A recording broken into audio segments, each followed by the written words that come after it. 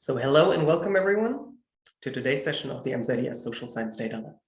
My name is Dennis Cohen and I'm happy to welcome you to today's workshop by Johanna, Gereke and Josh Hellyer on conducting reproducible survey research with online access panels.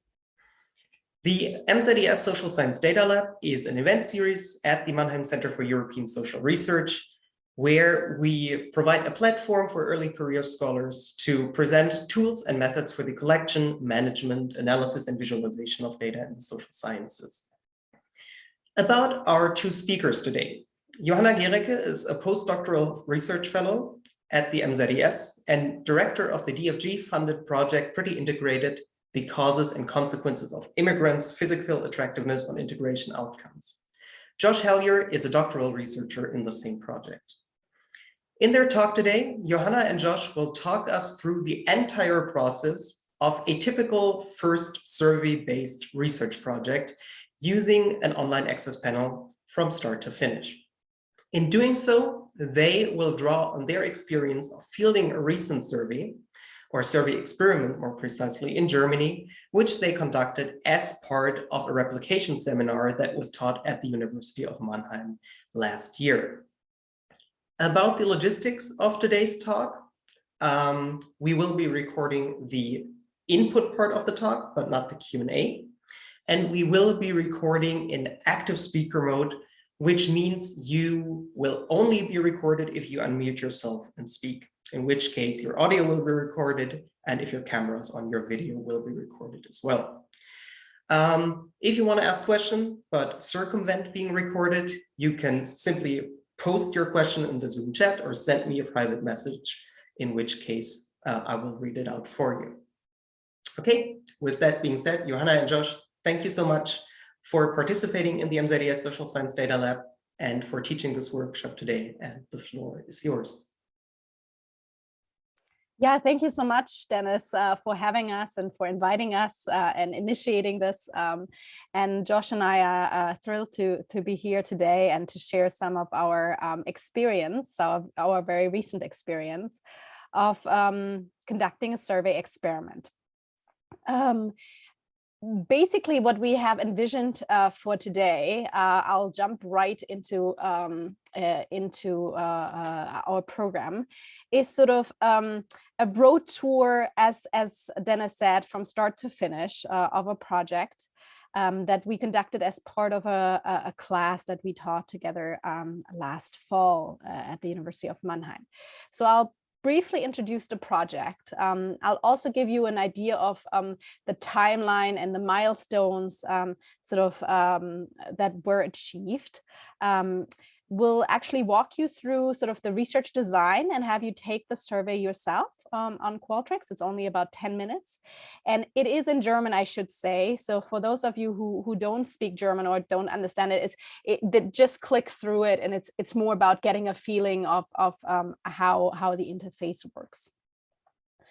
We'll also talk about ethical approval, which actually a lot of social science research nowadays requires. Pre-registration, this is especially with the focus sort of on how to make your research transparent and reproducible and lasting. This is, I think, one of the really nice features that you could do. Sampling and power calculation, we'll talk briefly about that. That also is part of sort of the pre-registration process. Data collection, so how we actually went about finding survey firms and so on and so forth. And analysis results and data sharing at the end. And then, of course, we're happy to have sort of an open floor discussion. But if you have questions beforehand, please do feel free to raise your hand or to write into the chat and make yourself known. Josh and I are happy to answer questions as they come. So let me just give you a very brief sort of overview of the context in which we fielded the survey experiment. So this was part of a course that I taught, and Josh was the teaching assistant last year for master and PhD students. And the focus there was on replications and extending also an existing replication that used a survey experiment in the US context. I was fortunate to have a junior fellowship of the Baden-Württemberg Foundation and the Stifterverband for teaching innovation. So I could also, of course, cover the cost for the original data collection, which is, costs will come to this as well later on, is important to keep in mind. And the idea was that students get sort of to know the entire scientific process from, planning the design to pre-registering it, to collecting the data, to analyzing it, and to actually publish this. This was sort of the scope and the aim of the course. In particular, sort of just to give you a little bit of more of a flavor of what we did, other than the pre-registration that I also already mentioned, learning how to apply for ethical approval, of course, programming the survey itself, also completing pilot tests. So pilot testing is always very important. We'll come to this as well. And we had them keep a learning portfolio, and this is something I do now in my classes, but I think I can recommend also for this process, or if you go through this maybe the first time or are still an early career sort of researcher, it's always helpful sort of to document the process that you go through, and the decisions you make, at what point you make, at what point you have to make them, so you can go back and also when other people ask you for help, sort of refer to that. Right.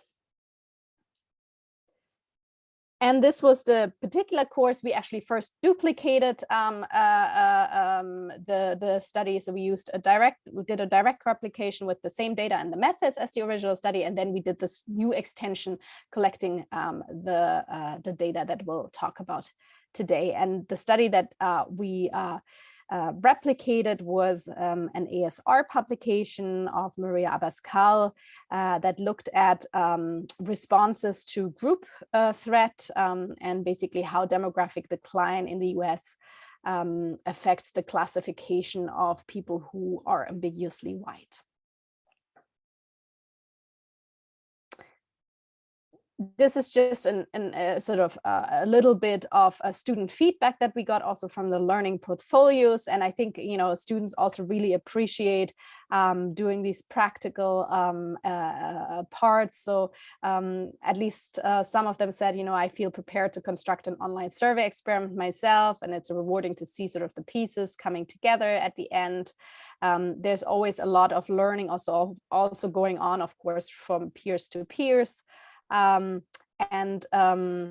These practical implementations are sort of what people particularly liked. So we hope to give you basically, in essence, in today's hour, the entire program of the course, and show you a little bit of how to conduct survey experiments online.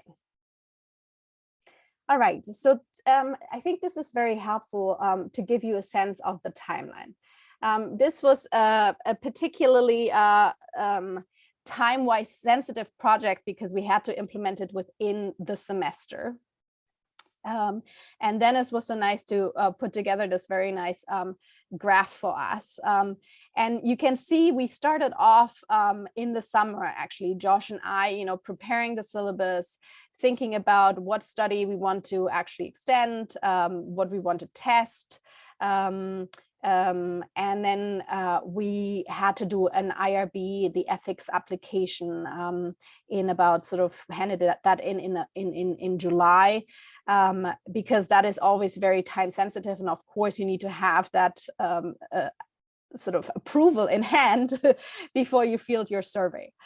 So we basically handed that in. That took about 4 weeks. So at the beginning of September, we had the approval of the ethics committee in Mannheim. And the class started in September. Then we went out to get quotes from different survey firms, because you always need several quotes basically from firms to fill in what is called this Beschaffungsantrag. It's basically in order to hire a survey firm, you have to have different offers, and then you have to fill in this sort of formal and start this formal procedure in Mannheim to be able to eventually pay that survey firm.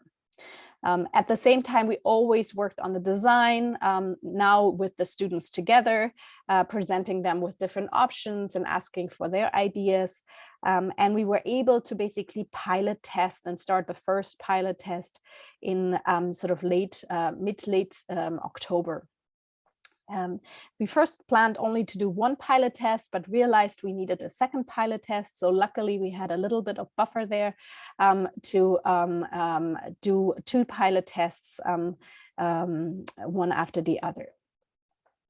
And then at the same time, after the pilot tests were just conducted, we had prepared the pre-registration. We needed the pilot test results for the power calculation as well, and sort of for the final design. So as soon as we had that in, we could file our pre-registration on OSF. And very soon afterwards, we could also already start the data collection. And the data collection time was actually rather short, given that we used an online access panel.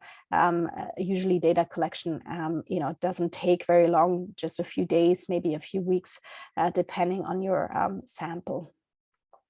And then very soon afterwards, in December, we already received of course, the bill and the confirmation of the bill that you have to also send.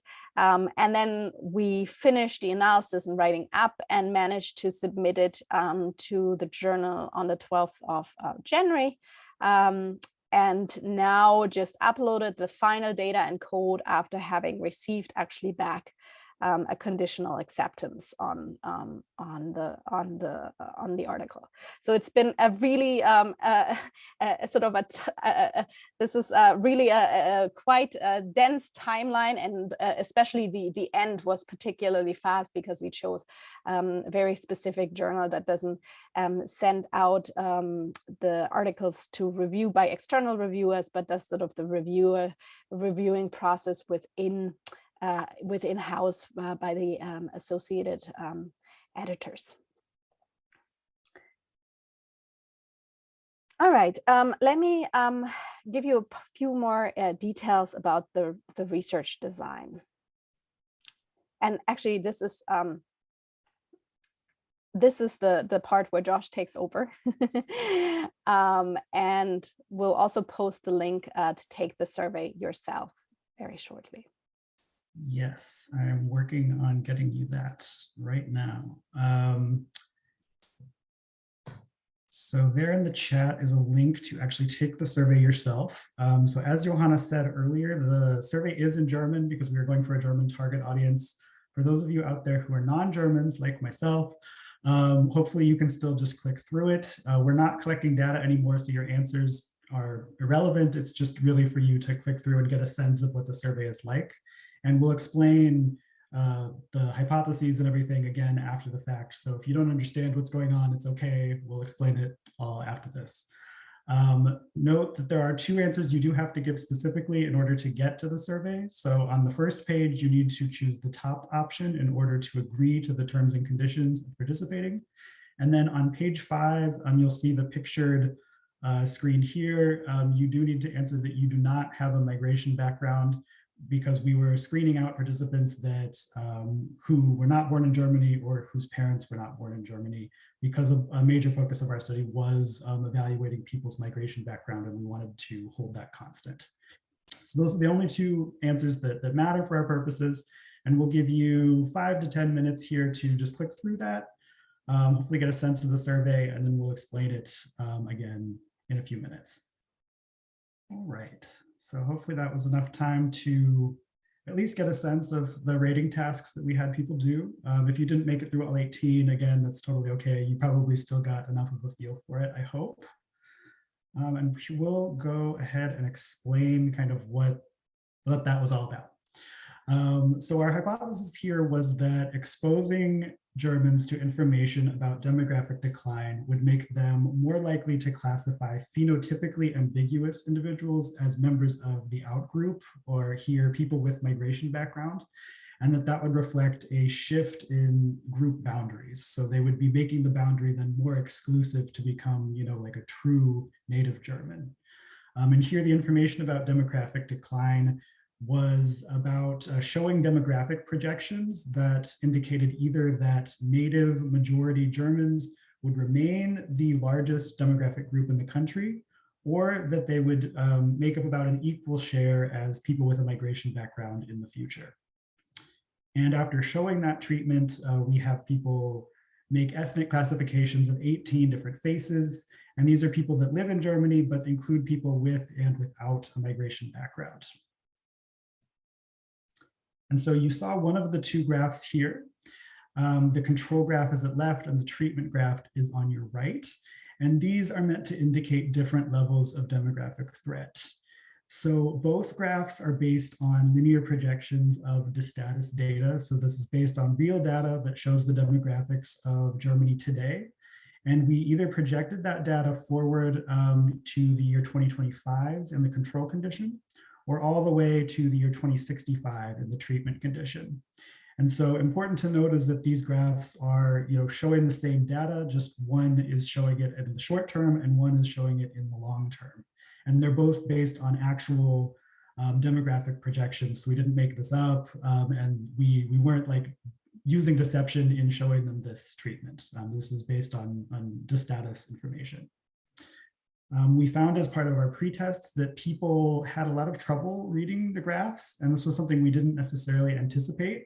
In the American version of the study, she didn't report having trouble with this. So we added a text description that really makes it clear what the graph is communicating. And we also forced respondents, you may have noticed that we forced you to stay on that page for a whole minute and answer a couple of questions to indicate whether you understood the graph or not. We did not use those questions to filter people out necessarily. So even if you get those questions wrong, you can still continue in the survey. But we did do separate analyses where we screened those people out just to make sure that they weren't influencing the results. And in this case, they weren't. And at the end of the survey, because of making sure that we're behaving ethically, we debriefed all of the respondents. Those of you who made it to the end will have seen that we show you the other treatment, we explain what we did, and then give you our email address in case you have questions about what you have just seen. And so the measurements, we had these 18 pictures. These were taken from a brand new photo database that is managed by the Datesum Institute in Berlin. And we ran some pilot tests to see which photos were rated consistently as having a migration background and which were rated consistently as not having a migration background. And then we also looked for pictures that were more ambiguous. So ideally, we would have pictures that about 50% of people thought had a migration background and the other 50% didn't. In reality, that number actually was between 75 and 30%, as you can see in the graph here. But we did get a nice range of perceptions of the pictures that we saw. And in each case, respondents were asked whether each person has a migration background, and we did force a choice. So we had yes and no.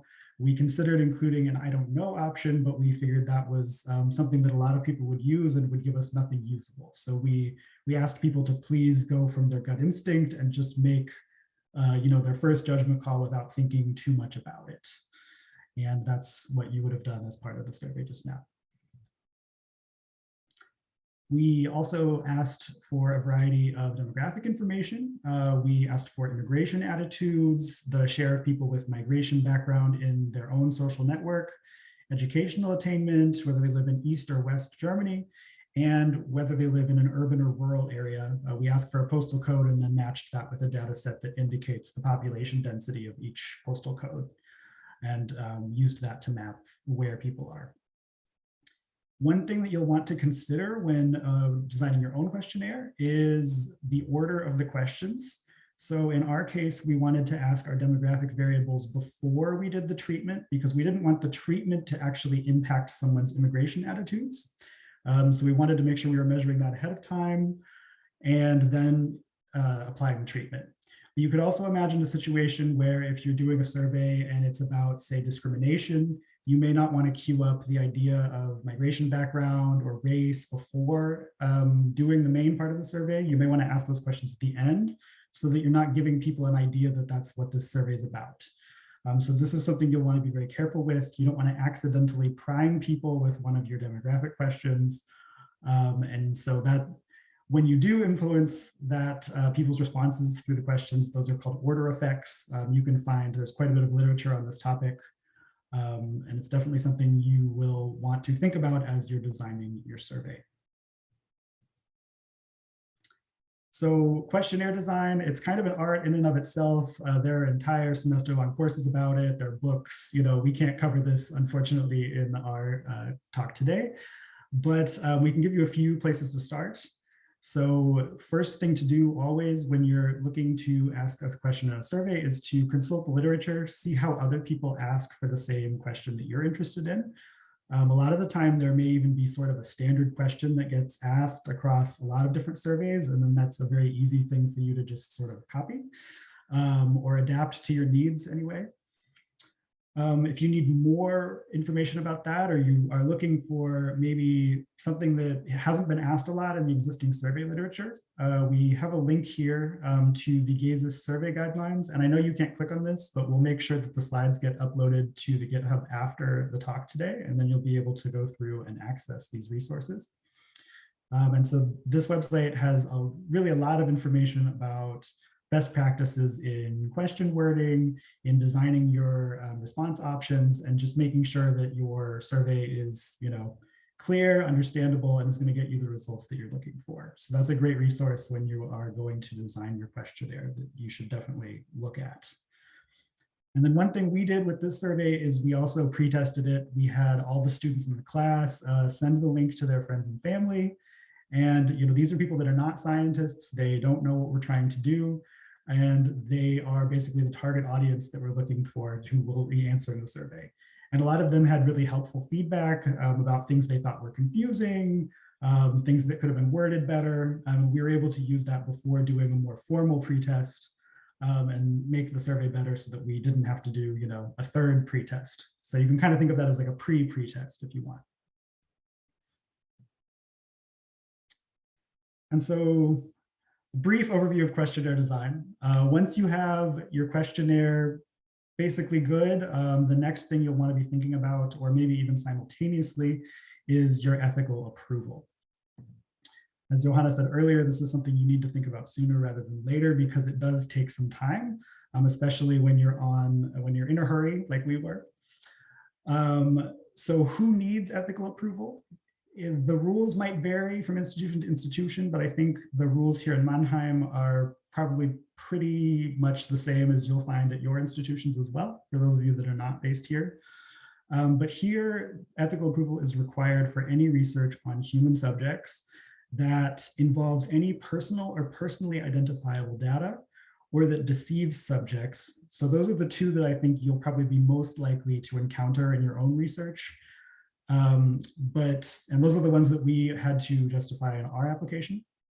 But additionally, if your research involves any psychological or physical health risks, if it may trigger strong emotions or ask people about traumatic experiences they've had, if it manipulates subject self-image, so if it makes people feel bad about themselves somehow or something like that. If you're surveying minors, they might apply extra scrutiny to your application. And if it presents risks to human dignity, life, health, and peaceful coexistence, which hopefully your experiment will not do any of those things. If you are unsure about whether your project requires ethical approval, one thing we found is always nice is just to ask the staff member of the ethics committee at your institution. We've had good experiences just reaching out and saying, hey, we're planning this. Do we need to apply? And they can usually give you a pretty quick opinion about whether you should or not. And so that's a helpful resource at your disposal. And for those of you at Mannheim, again, when we post the slides, there's a link here to the ethics committee website. So you can get more information about who's on it and the forms and everything that you'll need to fill out your application. And to say a little bit more about that application, so the primary concerns that they will be interested in most likely are potential psychological or physical harm for the respondents, your use of deception, any legal ramifications that might result from your study. Are you collecting any personally identifiable information? So information that could actually be used to find out who specifically responded to the survey. So that could be a name or address, or even a combination of a few questions that if you sum them all together gives you a pretty good idea of who is actually responding to the survey. And finally, those of you based in the European Union will be familiar with the general data protection regulations. And by familiar, I mean you'll have heard of it probably. So data protection is another big area for the ethics committee. You really have to consider how you're protecting data and how you're minimizing the collection of personal data to only what is necessary. And I'll say a little bit more about this on the next slide too. So your focus when you're applying here is really to explain why the risks you're taking here in terms of any of these issues, why these can't be avoided, why they're essential parts of the research design, and how you're going to mitigate those risks to the extent possible. So for us, we had to do a lot of defending, why are we using deception here? Why can't we be upfront with people about what the goal of the survey is? And that was because by telling them upfront that we're going to be doing these ethnic classifications, it might be a problem with social desirability bias. People might respond differently if we told them the goal of the study ahead of time. And so that was really the focus of our application in that regard. And we explained how we would be debriefing people and making sure that nobody had any lasting effects from the survey, that they didn't think they were going to get overrun with immigrants or whatever, that it was going to not influence anyone too much. So a lot of things that you might want to include, survey materials. So if to the extent that you have your survey already written, that might be a nice thing to include, or at least a description of some of the questions you think might bring up ethical questions. For us, we didn't include our whole survey, but we did mention, like, here are some questions about ethnic classifications we're going to ask. And increasingly, they're asking more for your initial consent form as well as your debriefing at the end. They want to read over those ahead of time. So those are things you might want to write early on and include with your application. And then they'll also ask you about the details of your study design and implementation. So who's going to be working on the project, who will have access to the data, who's going to be part of your sample and how are you reaching them, when are you going to do it, how much are you giving people as an incentive, so on. At Mannheim, they make this pretty easy for you. There are checklists both in German and English here. You can go, there's a Word form, you fill out the table. It's not even that long, just a few pages. So it's something you can reasonably fill out in a relatively short amount of time. And it's actually a helpful step in planning your research because it might ask you some things that you hadn't considered in great depth. And it'll help you, make plans for how you're going to really do the research. And here in our experience, it takes usually about 4 to 6 weeks to get a decision. Your mileage may vary at another institution, but just to give you a kind of a ballpark estimate of how far in advance to apply, our experience is mostly 4 to 6 weeks. And a couple things about data protection. Johanna and I are certainly not lawyers. We do not know, the ins and outs of the data protection laws, but it's an increasingly important subject in primary data collection. So there's a brand new tool from some colleagues here in Mannheim called the Interactive Virtual Assistant. Unfortunately, this tool is only available in German so far, but they're working on an English version as well. And it can tell you, it asks you a few questions about your research, and it can tell you which parts of the statute might apply. So that's a good place to start if you're kind of concerned about data protection issues and maybe want to reference some laws right in your ethical application. That might be a good place to start. Another resource at your disposal is your university's data protection officer. For those of you here in Mannheim, her name is Melanie Rima. You can reach out to her with any questions. It's her job to know the rules. So that's another resource that you have. But in general, you should try to minimize collection of any personal information to the extent that you can, and then make sure that any personally identifiable information, especially that you are collecting, is being stored securely and only is accessible by people that you trust and that are supposed to have access to it. So you might want to consider storing it in a secure location, on a hard drive at your institute, for example, rather than on Google Drive or something like that. And that only certain people have, access to the data. So once you've got your ethical approval, or maybe while you're waiting for it to come back, you can start thinking about your pre-registration. And this is not, a mandatory part of the process, but it's something that's being encouraged more and more. Some journals are starting to encourage it. So it's definitely something you should consider when you're doing your own survey. And a pre-registration is basically just a report of your hypotheses, your data, and your planned research design that you write before doing any sort of data collection or analysis. And why are you doing this? Beyond the fact that some journals are starting to encourage this, it also helps prevent selective reporting and p-hacking. So in advance, you state, okay, these are the things I'm going to measure, and this is how I'm going to report them. And so it kind of commits you to reporting those things after the fact, or to explain why you didn't report them. And that's meant to just help ensure that you aren't like tweaking things to get the result that you want. Basically, it forces you then to disclose confirmatory analyses versus exploratory analyses. So things you did in advance or things that you did after looking at the data. And additionally, it can help you plan and motivate your research. So much like going through the ethical approval process, it asks you questions that you may not have considered yet. And so it's always just a nice way to work through the project and make sure that you're dotting all your I's, crossing all your T's, et cetera. One common argument against pre-registration is that it takes all the creativity out of the work, that you can't make changes, and so it forces you to report things you don't want to report. But it's important to note that pre-registration does not forbid you from performing any kind of exploratory analyses or from even making wholesale changes to your design. It only forces you to report that you've done that. So you can always do an exploratory analysis. All you have to do is in your paper, you say in an exploratory analysis, comma, and then whatever you're going to say, and then you're clear. Additionally, if you want to make design changes, all you have to do is explain that you had to make some design changes and justify why you did that. So it's not preventing you from doing anything. It's just meant to make the process a little more transparent and help people understand the decisions you made to get to the final result. So if you're interested in pre-registering, it's not that complicated. There are templates available for you. OSF has quite a few that you can use, and it just asks you questions. You just fill it out. It's pretty straightforward. And what you'll want to do is you can use the template or not, and make sure that you post it somewhere online before beginning your data collection. And ideally, you'll post it somewhere that can externally verify when you posted it. So if you post it on OSF, like we posted ours, it gives you a timestamp. It says this person uploaded this at this date and time, and then you can check that against when they reported the data collection happening. So there's still a little bit of honor system going on, but it's just a nice way to check that you are doing what you say you were doing. And where you can pre-register, so we used OSF.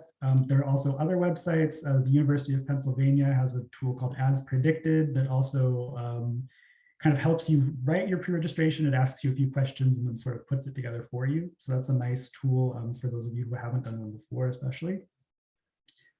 Again, once you get these slides later, you can look at our pre-registration as one example.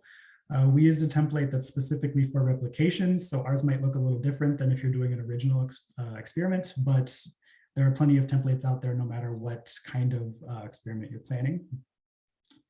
And also note, so if you are planning to share your pre-registration during peer review, you can do that. There are ways to create an anonymous link that you can share with your reviewers without giving away your identity. This is something we did not actually do here, but a reviewer recommended that we do it in the future. So now I'm passing on that information to you so you can do it better next time. So OSF definitely has this feature. Other websites may as well. When you get the slides, this link will take you to instructions on how to do that. With that, I'll turn it back over to Johanna for a while to talk about sampling and power. Yeah, thank you so much, Josh. Yeah, so of course, when you conduct the survey, you always have to think about, who do you actually want to reach? Who do you want to sample? And what inferences do you want to make? Especially when you think about using an online access panel, as we did, you can think of or consider using quotas, basically to ensure balance on certain demographic variables that you may care about. So what we did is basically we thought about what are important sort of demographic characteristics that we want, what is sort of the sample that we wish to have for our study, given that we're going to hire this online access panel to field it. And we basically communicated to them that we would like to have sort of a representative sample of the native German population in terms of gender, in terms of age, in terms of the level of education, employment status, and then whether they were based in sort of the eastern or western part of the country.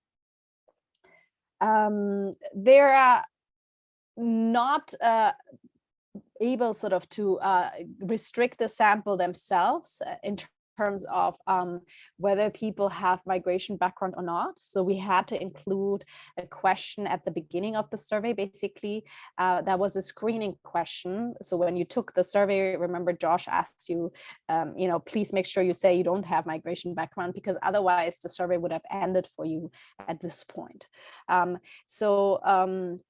They can't target the sample very often if you want very specific characteristics, because they simply don't know that of the participants. But what you can do in such instances is to include it as a screening question up front in your own survey. And for us, it was also important, though we thought, well, it may be another sort of quality check if we also include quotas, basically crossing gender and age. And we implemented those quotas ourselves in Qualtrics, and I can show you also in a second how that works in the interface. In terms of the power calculation, so when you upload your pre-registration, you will also be asked basically, what is the sample size that you envision for your study? And this is usually based on a power calculation that you do to make sure that you actually have enough statistical power to find a true effect. Yeah? And so for our project, we did basically a power calculation based on simulated data. So first we took the original study. So we had the original study in the US, and we duplicated basically the original data. And we assumed that the true effect was the one that was found and reported in the original study. And then we drew basically repeated samples and examined the treatment effect in each of these instances. And we said, this is also very standard, sort of, that we want to have 0.8% power. And basically that means that the treatment effects in 80% of those samples should be statistically significant at 0.5, so at the 5% level. But these are sort of dimensions that you can also, think about and play with. I think it's important that you spell it out also to yourself what you're considering. And when you don't have prior studies to base your power calculation on, so prior results that you can use as we did, you should especially ask yourself maybe these sort of three very important questions when you think about power. So what is the smallest effect size that you actually care about, right? So actually, the original study found like a very, very small effect size. And in the end, we were wondering, you know, what does this sort of mean in the real world if you have such a tiny, it is a statistically significant effect, right? But it is such a tiny effect. So what do you care about substantially as well? What is the smallest effect size of interest? And of course, what effect size do you expect based on previous research?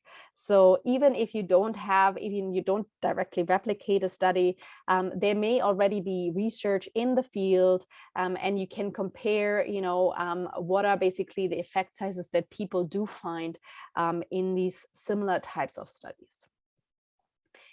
And then one other consideration you should also be aware of, that, you know, often you have constraints in terms of the budget. So also think about what sample size can I actually afford, yeah, and what effect size can I attain as a result of the sample size that I may be able to afford. So you know, does it make sense for me to field a study if I don't have the necessary budget to actually have a sample that is well powered?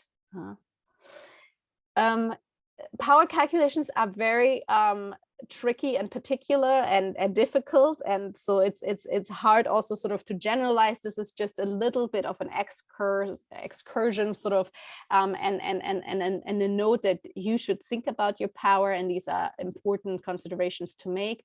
But if you want to calculate your power and you want to know more also about sort of the statistics behind this, we have provided a reference that can at least guide you a little bit in this process.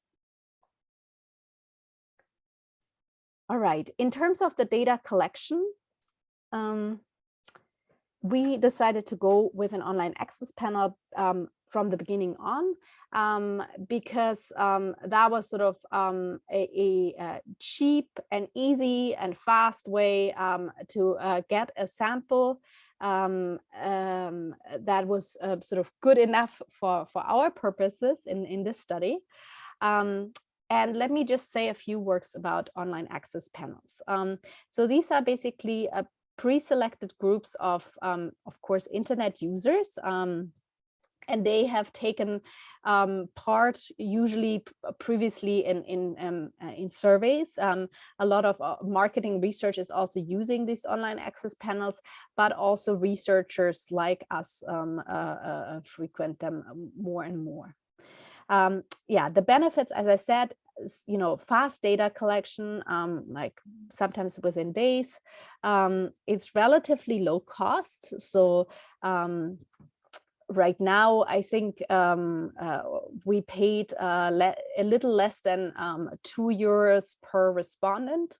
And compared to sort of what you would pay with a random sample, this is really this is really low cost. Although of course it's much higher than, for instance, going to MTurk, Amazon Mechanical Turk, or to Prolific. So we'll talk also about these options in a little bit more in detail in just a few seconds. And it gives you a non-student sample.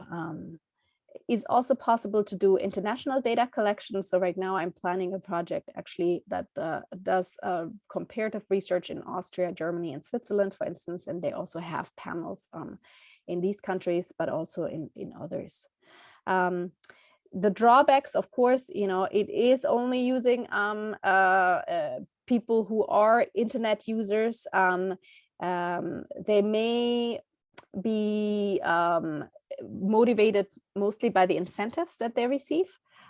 So you have to do some quality checks as well, so that you don't have, you know, people taking it several times, although they also do some quality checks, but I would advise everyone who uses them to do their own quality checks as well.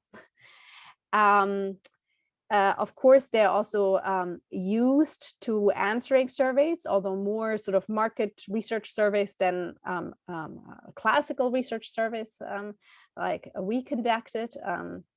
And they may be difficult for achieving specific samples. So for instance, if you're interested in sampling specific immigrant minority groups, that would be rather difficult with them. Then it may be better to go with different providers. So the University of Mannheim, and I think this is very standard in Germany, that you're required to get usually 3 different offers, so 3 different quotes from survey firms before you can hire anyone. So you ask, basically you email them and ask them for a quote.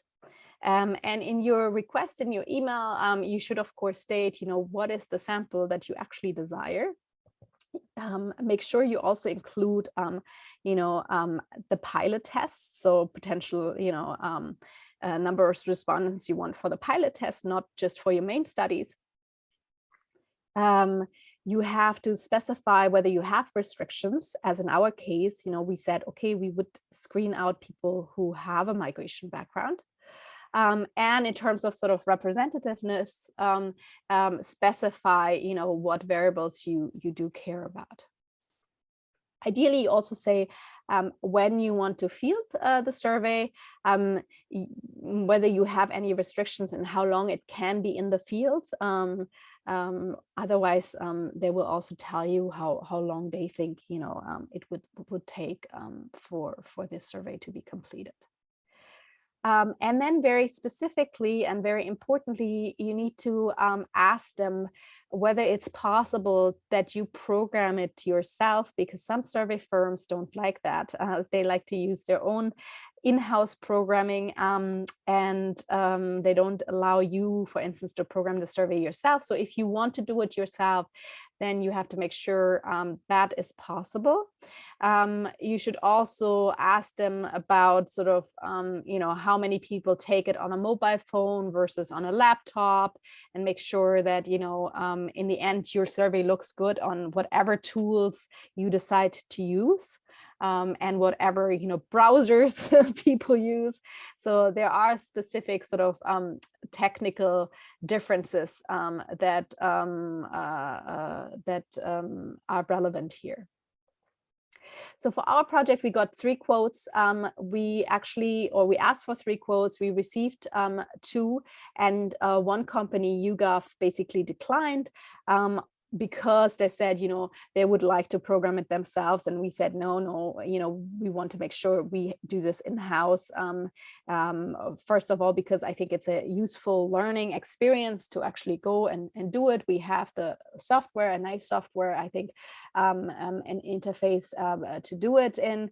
And it allows us to have more control in terms of the randomization and in terms of the quality checks. So I'm always in favor of keeping control as close as possible in terms of making sure that I know what's going on. And I think this is also one of the advantages of doing this yourself, that you really do understand, in the end, where the data comes from.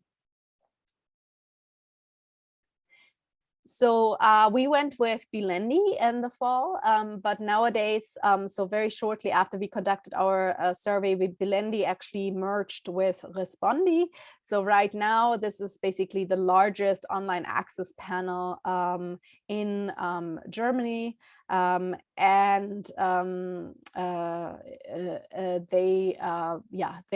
also provide even, I think, an employee who is responsible for the University of Mannheim, not only the University of Mannheim, but they have someone basically who is the contact person for the University of Mannheim. And if there are any questions, I'm happy to answer about the experience we had with Bilendi Respondi. But so far, I've used them several times, and I'm usually, I would say I can recommend them. I'm quite happy with them. You can also, of course, check out Kanta is a very big provider for surveys. They also have a panel, an access panel, YouGov, very well known, more expensive as well.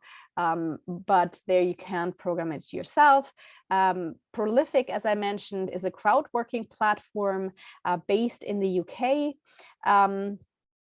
And so if you have a task, if you have a survey that's a task that, otherwise, actually, if you had enough sort of research assistants, they could do, and it's just about rating things, for instance, very briefly, then I think Prolific is a great outlet. It's similar to MCHARC, only that it is based in the UK and not in the US. It only has a rather big sort of German-speaking and German sample that you can restrict it to.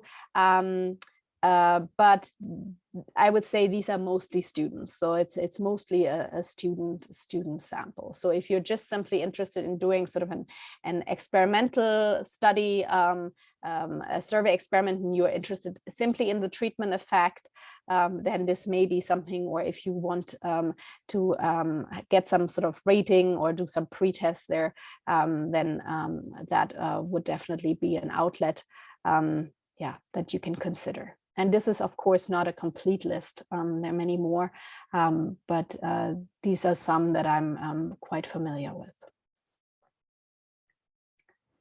In terms of the procurement and the contracts, so at the University of Mannheim, there are templates basically, and it depends on how big the contract is that you want to give out, so how much you think you will need. So if it's more than €1,000, then the Stabsstelle Beschaffung has a template that you need to use. If it's less than €1,000, so between 250 and €1,000, that's always without sales tax, then actually there's a different form to fill out, and there's a different person, Herr Klasky, who's responsible for it. So it's not quite, it's not so easy to navigate your way if you start doing this. I would always recommend, like, ask also your secretariat. For the sociologist ABA in Mannheim, it's Beate Rossi, and they have quite some experience. But it is important to know approximately, are you going to be under this €1,000, or are you going to be above this €1,000? I think that's the most important sort of threshold to keep in mind. Keep also in mind that if you are above €1,000, you do need a signature of the director. So, it takes a little bit of time to also organize this. And for MTurk and Prolific studies, it's sort of still a different process. So usually you actually have to pay out of pocket and then ask for reimbursement. And the tax cannot be indicated on the entire amount, but only on the service fees. So yeah, do ask for help, and it cannot be too early.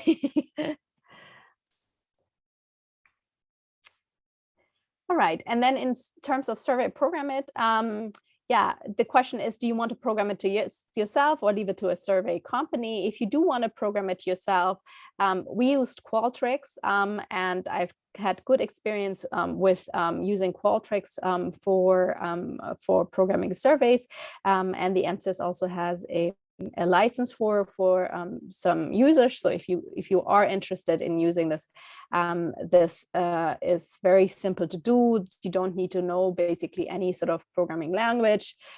If you have specific features, you can do that. You can also program some of it yourself. But you don't usually need to. It's generally not free. You can get a free account for a limited number of respondents, a limited number of surveys to try it out. So try it out first. But if you do field the survey with more than 100 people, you have to get in touch with the IT. O3 is another very good option, but it requires much more knowledge of programming language. And so if you don't know Autre yet, yeah, it is more difficult definitely than something ready-made like Qualtrics. But if you're, for instance, interested in using behavioral games in surveys or have sort of interactive parts within the survey, then it's a free and open source software, and I can also recommend using that. In Germany, very often the universities, also the University of Mannheim, has this EFS survey Unipork. I have not had so much experience with it. When I looked at it last time, I have to say it's a year and a half ago. It was a bit difficult to use for randomization. That was basically why I didn't pursue it any further, but maybe they have in the meantime also developed a tool to be able to program randomization in terms of experimental studies better. Always remember though, when you're programming it, you should really think from the user's perspective, from the user's side, right? From the person who responds to your survey. So make the questions, short and attractive, and the interface sort of and the design something that people actually want to participate in. So yeah, getting started with Qualtrics, I mentioned this already. You can try it with you sort of the free version and 100 respondents. I can just share my screen with you very briefly to show you sort of how the interface looks like from the back end. So I hope you can see my screen now. So this is basically the replication project, and this is these are the different blocks. So the informed consent, for instance, that's programmed here. The demographic, questions we have here. So this is sort of just how it looks on my side. I think what's interesting is that here this tab allows you to fill in these quotas. So, given our sample size, we calculated how many people do we want to be male between 18 and 30 years old. And so we see, in terms of how full the quotas are. So this is where you can basically manage the quotas. And we had, remember, a quota where we crossed gender and age. And this is basically, if it would be full, then it would show, we have basically filled this quota, and then actually people who would want to take the survey but fall within this quota would not be able to take it. They would be told that, unfortunately, they won't be able to participate in the survey because the quota is full. So I think this is this is quite useful. You can also always see, how many new responses you have at this end. And what I also think is quite useful is here you see the survey flow. This is basically where you see that, if you didn't agree to participate in the survey, we would end the survey here. Or if you had migration background, right, then we would stop the survey here. We also have, of course, the randomizer. So this is the randomizer that decides to show one out of the treatment or the control block. So this allows us basically to make sure that we have randomization in terms of which graph people were seeing. And so this is quite nice because you can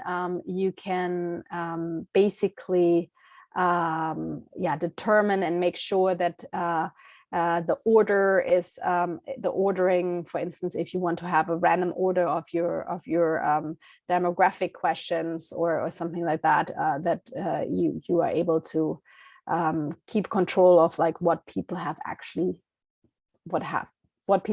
have seen, right? So we wanted to also, of course, randomize which pictures people were seeing, and so that's basically what you see here. So I think this is quite useful. If you want to distribute it, you can get, different options. So as a pre-test, right, with your family and friends, you can also create sort of an anonymous link, or you have various options to distribute it. And you can work collaboratively with other colleagues on it, so allowing them access to actually work in Qualtrics on your survey. All right, I think this is all I wanted to share at this moment. I'm happy also later if there are questions about this to say more about it.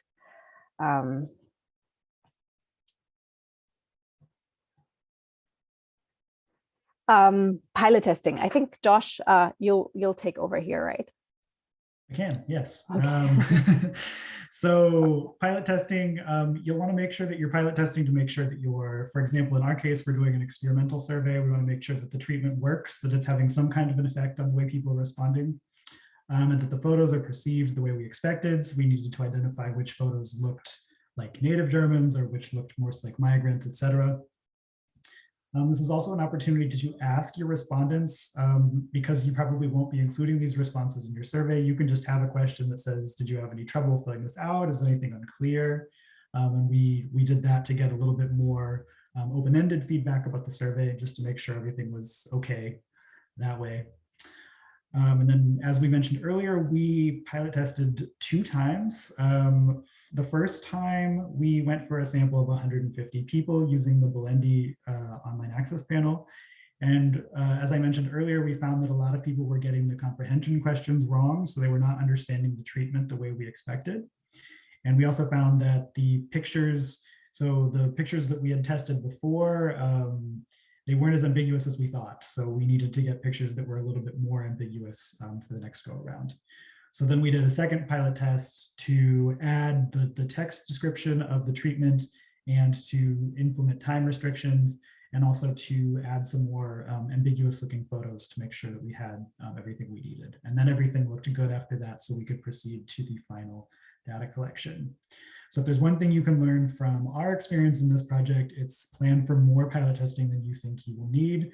If you have a larger sample than you need for your actual survey, I mean, you can always just add more to your full sample and then you have a bigger sample, and that's always good. So it's never going to hurt you to plan for more than you need. In our case, data collection lasted 1 week and our sample was about 1,100 people. So that's an indication of how fast this can go. Really doesn't take long to get a pretty decent sample size. Of course, that time will depend on the sample size, of course, and the population you're looking at. So if you have a smaller target population, that may take longer because there are just fewer of those users in the system. And then if you have an older sample, those tend to take longer. So our older age quotas were the last to fill up, for example, just because they're maybe online less often, they just aren't as active as some of the younger users. And as Johanna said earlier, you definitely want to make sure you're cleaning your data carefully. You want to look for people speeding through the survey. You want to look for people, say, always picking the first response after each question, whether their answers are like nonsensical, whether they're incomplete. And you can always drop people if their responses give you any reason to believe that they weren't answering the survey honestly. And so we filtered out about 25 people that met those criteria and ended up with a final sample of 1,077. So just to talk a little bit about our results, just very briefly, in case you're curious, we didn't find any significant difference in the classification of ambiguous profiles or in people's feelings towards those ambiguous profiles between our control and treatment conditions. And you can see that in the right-hand graph here. All the effect sizes were not significant for all 8 of the ambiguous photos. And as Johanna said, this was conditionally accepted at Sociological Science, so you should be seeing this out in the next few weeks. They have a very fast publication process. So that was also nice with the students that we can turn this around so quickly. Our data and code, however, are already available on OSF. You'll have this link. So if you'd like to look at our questionnaires, our data, our code, it's all there for you. And why did we do that? Why did we put our data and code online? So Reasons to share your data, I mean, first of all, it fosters transparency and facilitates reproducibility. It's always a barrier to reproduction if you have to ask the author for the data. In my experience, a lot of the time, authors will never respond to you. They won't give you the data. So if you have it online, it makes it really easy for people to reproduce your study. It can also open new opportunities for collaboration and generate citations. If people find your data in your code and they find uses for it in their own research, maybe they'll cite you, maybe they'll reach out with a project they want to work on together. So those are just ways to, you know, get your work out there and also reap the rewards of that a little bit. But before you do share your data, you do want to make sure that it is in a proper format. So you want to make sure that everything is clear, that the coding is clear, that the labeling is clear. You want to use the labels in your statistical software of choice, but you may also want to include a code book, because sometimes, for example, if you are importing stata data into R or something, the labels can get a little wonky. So it's always a good idea to also include a separate code book as a text file that lists everything, just so people are definitely understanding what's in there. It's also nice to include the questionnaires that you used. And if the questionnaires are in a different language than your publication, you should probably translate them. So we have the German and the English version available. Finally, and maybe most importantly, you want to anonymize any personally identifiable information or delete it altogether if it's not necessary for the analysis that you're doing. If it is necessary, then you should at least anonymize it. So it's very important that you're not publishing any personally identifiable information. And for this, you should refer back to your ethical approval, in which they've probably told you what you have to delete and what you can keep. So make sure you're doing what you said you were doing when you submitted that application. And there's a couple guides here. So if you're looking to upload your data, the ICPSR and MZES both have great guides that walk you through the process and explain this in more detail. So I'd refer you to both of those if you have additional questions. Code, again, you'll just want to think about, could somebody look at your code and reproduce your results without any additional information that isn't included? And a great way to test that is to actually have someone do it. If you have student assistants, this is a great job for them. If they weren't working on the project, just have them open the code and run it. It's a learning experience for them. And also they can tell you if they had any problems with it, which can indicate, you know, that maybe you need to fix something. In our case, we actually ran it on a few different machines and found that it was giving just ever so slightly different responses on different machines. And so we were able to correct that before we uploaded it and make sure that all the results were consistent. So little things like that can pop up, and it's always great to test it out in a few different places and make sure that everything is okay. Definitely, I mean, these are kind of obvious, but if you're using non-standard commands, make sure that you have those packages listed in your do files so that people know what they need to do. It's just annoying if you don't know what package to install. And finally, use the version command to make sure that if there are changes in the way Stata calculates things in the future, that your results will still appear the same no matter what. And finally, where do you upload your data and your code? There are a variety of academic repositories that you can choose from. And some things you might want to consider when you're choosing which one to use. You first, maybe most importantly, want to make sure that it's a site that's going to exist in the long term. So this is maybe one advantage of using a repository over a personal website, is that you don't have to commit to hosting this website forever. It'll be hosted for you. So just make sure that this website will exist for a long time, that it can promise you some form of long-term storage. And also importantly, that it will keep it at the same URL or the same DOI, so that when you link to it in your paper, that link will never change. It's just annoying if you're trying to use a link in an old paper and it doesn't go anywhere. So making sure that there's a persistent identifier, like most of these sites will give you, is always good. Of course, you want to make sure that you understand the terms of use and understand who can access the data, and make sure that it's, you know, accessible to the right people.